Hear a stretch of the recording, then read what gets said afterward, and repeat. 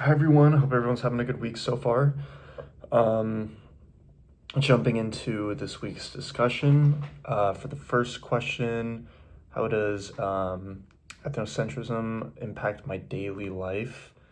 Um, well, I would say that ethnocentrism has shaped a very safe and secure lifestyle for my own culture, at the cost of others, which is very unfortunate.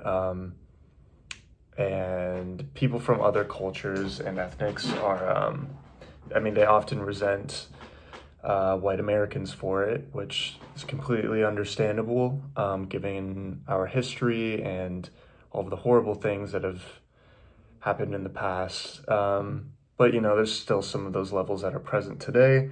Um, and for an example, I sometime last year, I made this friend, and he was Mexican and Chinese. And I invited him over to my housewarming party, and he ended up bringing one of his cousins, who's also Mexican and Chinese. But when she got there, she saw that the guests were, majority of the guests were white, and it just made her very uncomfortable, and she ended up leaving in the first like 10 minutes, and it was very unfortunate. I mean, we were super bummed, especially because the fact that race alone created an unsafe or perceivingly unsafe environment for her. It was a bummer. It sucked. And yeah, I think that's just one of the ways that path or past ethnocentrism is still affecting us today. Um, Anyway, for the second question, after completing the handout, I scored a 42 out of 50, which is a pretty high number. Yeah, and it made me realize how many privileges I actually possess. And as I was going through the checklist, I remember there were a few where I was like, there's just no way that there's people who um, don't experience this the same way as I do, which is pretty closed off. And I challenged myself to think like, man, what if there are people? I mean, what would that be like?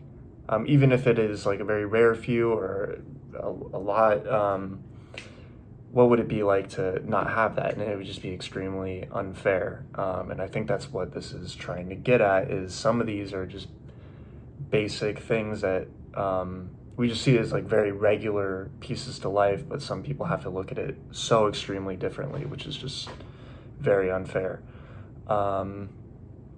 And two or three advantages or that I've experienced, I would say I grew up in a safe neighborhood.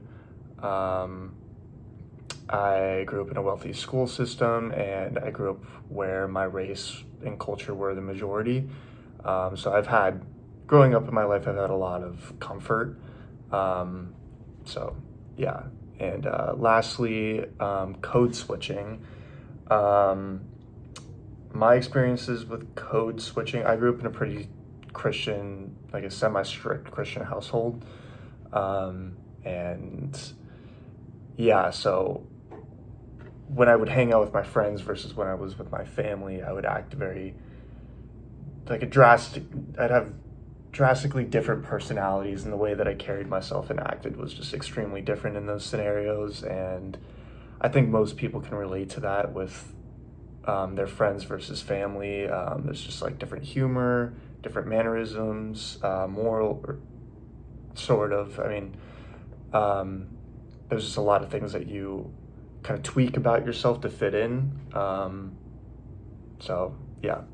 Anyway, thank you guys for listening, and I'm looking forward to hearing what you guys have to say.